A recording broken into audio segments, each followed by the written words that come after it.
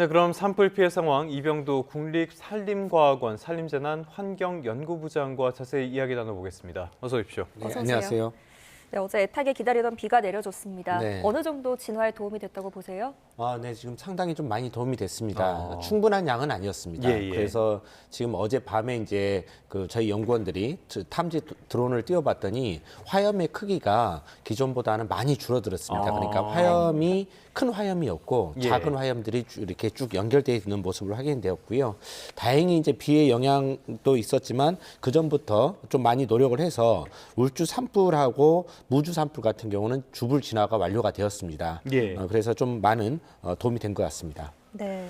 알겠습니다. 많은 도움이 되긴 했는데 이 비가 도움이 된 건 맞지만 불씨가 다시 살아날 가능성 이런 것들 없을까요? 네, 불씨는 충분히 살아날 가능성이 예, 예. 있습니다. 많이 와봐야 5mm가 왔기 때문에 지금 두꺼운 낙엽층 안으로 충분히 물이 스며들지 예. 못했습니다. 그리고 그 중에 일부는 또 나무 윗부분, 잎이죠. 나무 잎에서 일부가 흡수가 되고 떨어지더라도 낙엽층이 두껍기 때문에 표면에만 이렇게 살짝 뿌려진 상태입니다. 그렇기 네. 때문에 그 네네. 안에 숨어있던 불이 언제든지 바람이 불고 산소가 다시 공급이 되면 살아날 수가 있습니다. 네. 지금 의성 지역 산불은 아직까지도 불길을 잡는 게 쉽지 않아 보입니다. 네. 이렇게 진화 작업이 더딘 이유가 뭡니까? 더딘 이유는 아무래도 너무 이미 화선이 펼쳐져 있기 때문이죠. 예, 예. 그래서 헬기를 오늘도 한 86대를 투입할 예정인데 많은 수의 헬기를 투입하더라도 화선 자체가 너무 커져 있기 때문에 속도에 좀 진화를 올리는 데 지금 한계가 예, 있고요. 그다음에 이제 오늘 좀 많이 집중을 해야 될 것 같습니다. 네. 그러니까 화선이 긴 게 영향을 미치고 있다고 하셨잖아요. 네. 지금까지 지도를 보면 이 화선이 양쪽으로 길게 만들어져 있는데 이게 위아래로까지 번질 가능성은 어떻게 보고 계십니까? 결국은 이제 바람의 방향과 예. 얼마나 강한 바람이 들어오냐에 달려 있는 것 같습니다. 지금까지는 계속 얘기하셨지만 주풍이 서풍이었거든요. 네. 서풍하고 남서풍이었기 때문에 바닷가 쪽으로 동쪽으로 빠르게 달려갔습니다. 예, 예. 강한 도깨비불처럼 비화로 달려갔는데 이제는 이제 오늘부터는 이제 북서풍이 들어올 예정이거든요. 네. 그러면은 이제 화선에서 남쪽 면에 있는 예. 화선, 위에 있는 화선이 아니라 밑에 있는 화선이 남쪽으로 갈 가능성이 있습니다. 그래서 네. 불의 머리, 그러니까 불의 머리는 일반적으로 확산 속도가 빠른 곳인데요. 이 불머리가 남쪽 부분에 형성될 가능성이 높습니다. 네. 오늘도 강풍이 예보되어 있으니까요. 바람 방향 계속 예의주시하면서 주의하셔야겠습니다. 네. 특히 이 지금 산불이 어느 방향으로 튈지 모르는 상황이기 때문에 더 지금 우려되는 지역들이 많은데 이 산불 확산 속도가 보니까 시간당 8km 수준이라고 하더라고요. 이게 네. 감이 잘 안 잡히는데 어느 정도 수준입니까? 예, 지금 이제 저희가 그 산불 연구를 계속 해왔는데요. 산불 연구를 하다 보면 계속 정보를 수집할 수밖에 없는데 네. 국내에서는 가장 빠른 산불이 시간당 5.2km였습니다. 어. 속초에 있었던 산불인데요. 그 다음 산불이 시간당 4.4km 정도 수준이었습니다. 예. 근데 이번에는 시간당 8.2km여서 가장 빠른 지금까지 관측된 산불 중에서 가장 빠른 산불이었고요. 이거는 이제 성인이 달리기를 해도 따라잡을 수가 없는 그런 속도입니다. 굉장히 빠른 속도였습니다. 지금 그래픽이 나오고 있는데요. 보시는 것처럼 그렇게 강한 바람이 불면서 양쪽으로 굉장히 길게 화선이 퍼져 있는 모습 그래픽상에서 확인할 수가 있습니다. 자, 이렇게 길어지다 보니까 인명 피해도 많이 커진 것 같아요. 네. 지금까지만 사망자가 28명으로 집계가 네. 됐는데 이렇게까지 인명 피해가 커진 배경은 뭘로 보십니까? 결국은 방금 전에 말씀드렸듯이 빠른 속도였죠. 역시 속도. 대피 경보 시스템이 작동하는 속도가 예. 있을 것이고요. 그다음에 산불의 확산 속도가 있었을 텐데 이번에는 이 산불의 확산 속도가 너무나도 빨랐습니다.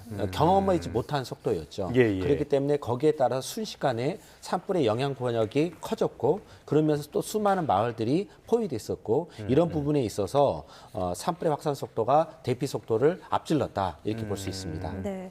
어저께 나오셔서 이제 어제 기준으로 오늘이 이제 분수령이 될 것이다 네. 이렇게 예상을 하셨는데 네. 앞으로 이제 또 고비가 여러 차례 남아 있지 않습니까? 어떤 점들이 좀 따라줘야 할까요? 오늘에 달린 것 같습니다. 있습니다. 그러니까 예. 어제 비가 와서 지금 아까 말씀드렸듯이 화염의 크기가 많이 작아졌거든요. 예, 예, 그러니까 예. 화세가 이제 불길의 화세가 좀 많이 죽었는데 오늘 얼마나 집중적으로 끄느냐에 따라서 그리고 바람이 또 얼마나 도와주냐에 따라서 오늘이 최대의 지금 분수령이 될 것 같습니다. 오늘 최대한 성과를 내면 장기화를 가지 않을 것이고 오늘 좀 바람이 안 도와주고 그다음에 여러 가지 장애물을 만나게 된다면 예, 예.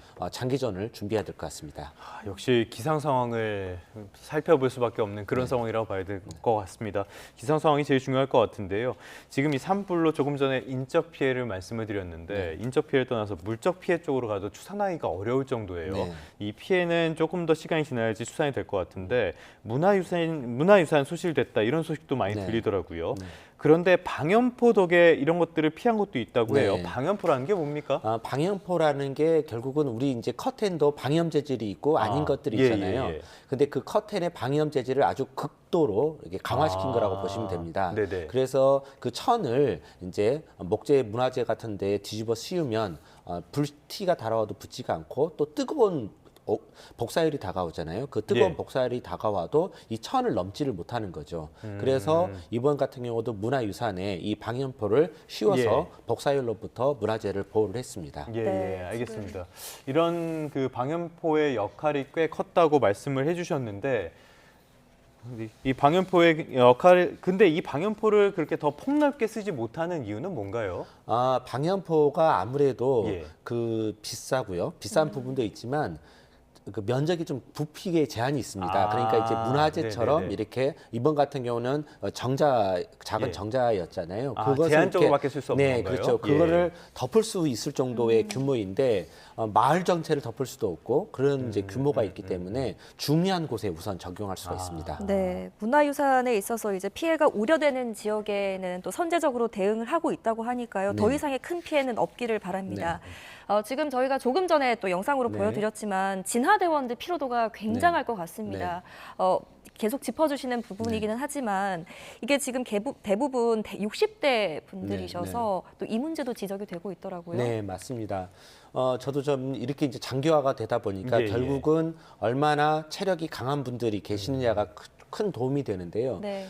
이 부분이 정말 지금 그 개선해야 될 문제로 좀 대두가 되고 있습니다. 예, 예. 지금 그 산림청에서 운영하고 있는 진화대는 공중 진화대 이런 분들은 헬기를 타고 레페를 하시는 분입니다. 그래서 네. 가장 많이 정의화된 집단이고요. 예. 두 번째가 이제 특수 진화대 이분들은 이제 산에 주불까지 진화하실 수 있는 능력을 갖춘 분들이고요. 근데 대부분들이 그 전문 예방 진화대원인데 이분들이 이제 지방에서 예. 일자리 사업으로 고용하신 분들입니다. 그리고 또 단기간 계약직입니다. 그러니까 예, 봄철 예. 계약하고 가을철 계약하고 이러다 보니까 사람도 바뀌고 예. 그 다음에 계약직이다 보니까 뭐랄까요, 좀 젊은 분들이 안 오시는 거죠. 네. 일종의 어르신 일자리처럼 된 거네요. 네. 이거는. 예. 그러다 보면은 이제 경험이 쌓이지가 않고 축적이 안 되는 거죠. 그러다 보니까 그러겠네요. 이제 정예화되기에 좀 어려운 그런 시스템적인 문제가 있다. 예. 했습니다. 어떤 식으로 개선을 해야 될까요, 그거는?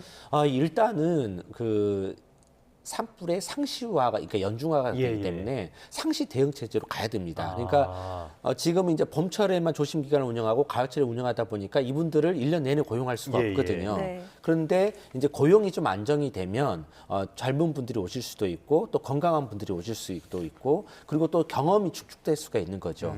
그래서 이 산불 시스템의 상시화가 예. 어찌 보면은 진화대원의 정예화하고 아주 밀접한 관련이 있다 예, 이렇게 예. 보고 있습니다. 네.